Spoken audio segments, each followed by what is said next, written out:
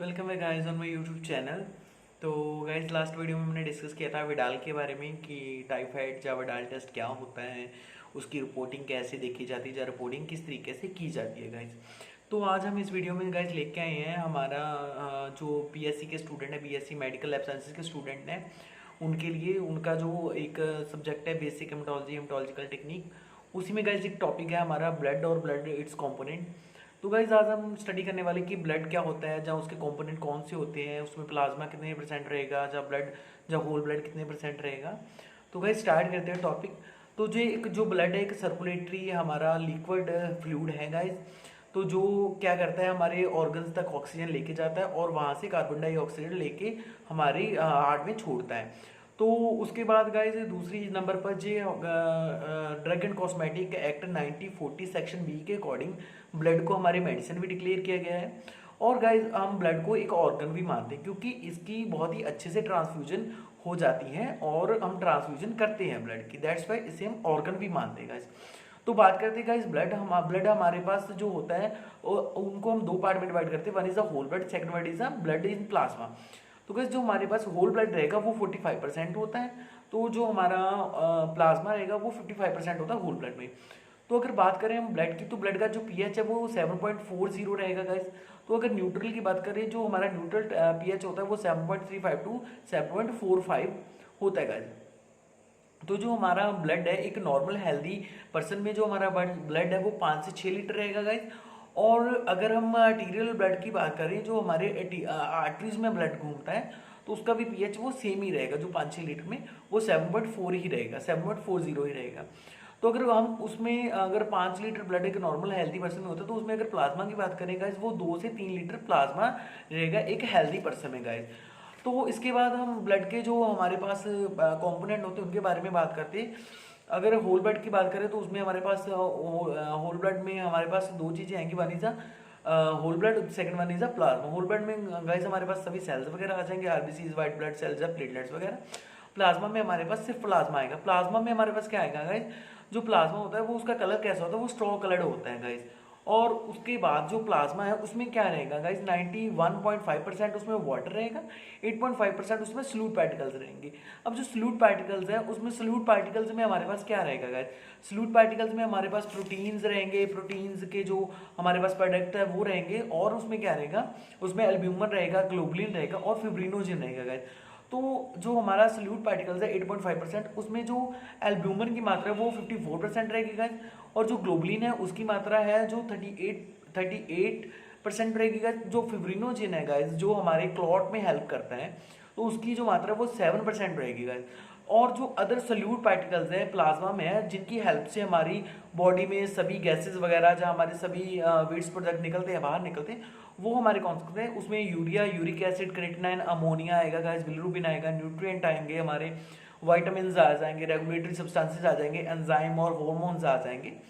तो उसके बाद जो हमारा गाइस जो हमारा प्लाज्मा का खत्म हो गया, उसके बाद जो हमारे एलिमेंट है गाइस, हमारे जो ब्लड के एलिमेंट्स वो कौन कौन से होंगे, जिसमें हम कंपोनेंट भी बोलते हैं। One is the RBC, red blood cells आ जाएंगे, second one is the WBC, white blood cells आ जाएंगे, third one is the platelet. Guys red blood cell को हम एरिथ्रोसाइट्स भी बोलते हैं, व्हाइट ब्लड सेल को हम ल्यूकोसाइट्स बोलते हैं, और जो हमारा प्लेटलेट्स है उनको हम थ्रोम्बोसाइट बोलते हैं गाइस। तो अगर हम एरिथ्रोसाइटोसिस हो रहा है, मतलब वो इंक्रीज जा रहा है हमारे आरबीसीज। अगर एरिथ्रोसाइटोपिनिया हो रहा है तो उसमें क्या है, डिक्रीज जा रहे हैं हमारे आरबीसीज। तो अगर एरिथ्रोपोइसिस हो रहा है उसमें प्रोडक्शन हो रही है आरबीसीज की। ये तीनों अलग अलग टर्म्स है। तो इसी के साथ जो व्हाइट ब्लड सेल्स है, ल्यूकोसाइट है, अगर ल्यूकोसाइटोसिस हो रहा है तो गाइस वो इंक्रीज हो रहे हैं डब्ल्यूबीसीज। अगर ल्यूकोसाइटोपिनिया हो रहा है तो वो डिक्रीज हो रहे हैं डब्ल्यूबीसीज। अगर ल्यूकोपाइसिस हो रहा है तो वो प्रोडक्शन हो रही है गाइस हमारे डब्ल्यूबीसीज की। इसी के साथ हमारा थ्रोम्बोसाइट है, अगर थ्रोम्बोसाइटोपिनिया हो रहा है तो वो डिस्ट्रक्शन ऑफ प्लेटलेट हो रही है गाइस।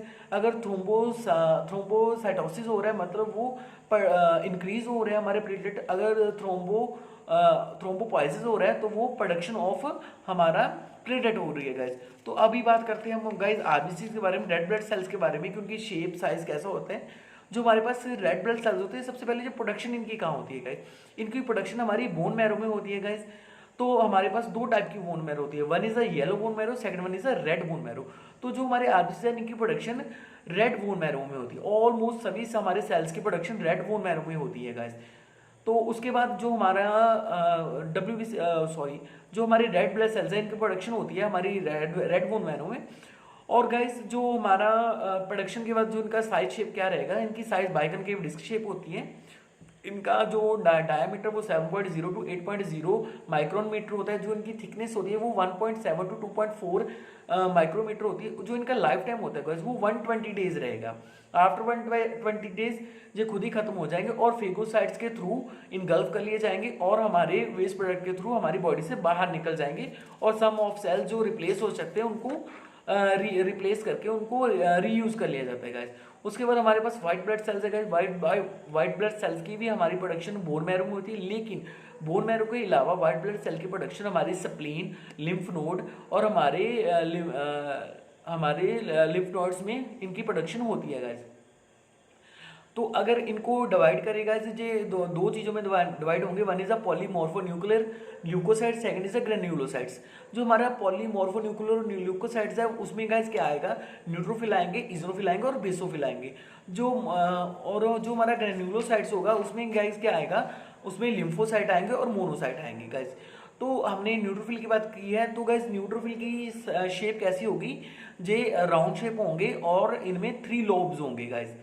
और उसके बाद जो न्यूट्रोफिल बैंड है उसमें 6 से 7 लोब्स होंगे।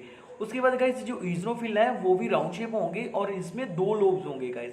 जब जे आप नेट पे सर्च मारोगे, जब इनकी पिक्चर्स मिलेंगी तो जे आपको लोब्स के बारे में पता चल जाएगा गाइस। तो जे जो डैमेज इजोफिल है उसमें कोई लोब्स नहीं होगा, एक क्रैप्चर लोब्स होगा गाइस।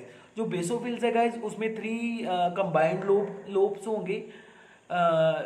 उसके बाद जो हमारा मोनोसाइट्स है गाइस उनमें कोई सिंगल लोब होगा। उसके बाद जो लिम्फोसाइट है उसमें भी गाइस सिंपल लोब होगा, न्यूक्लियस बेस्ड होगा। ठीक है गाइस।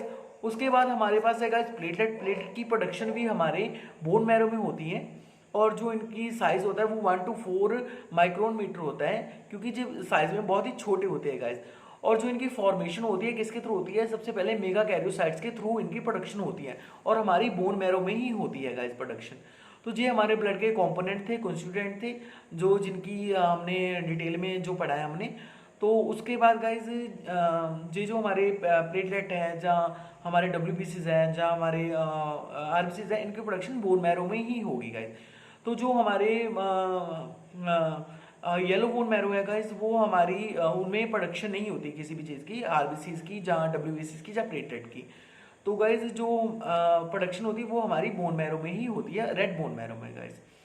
तो इसी के साथ जी गाइज हमारा टॉपिक आज का खत्म होता है। So thank you very much, please like, support और share. Thank you very much guys.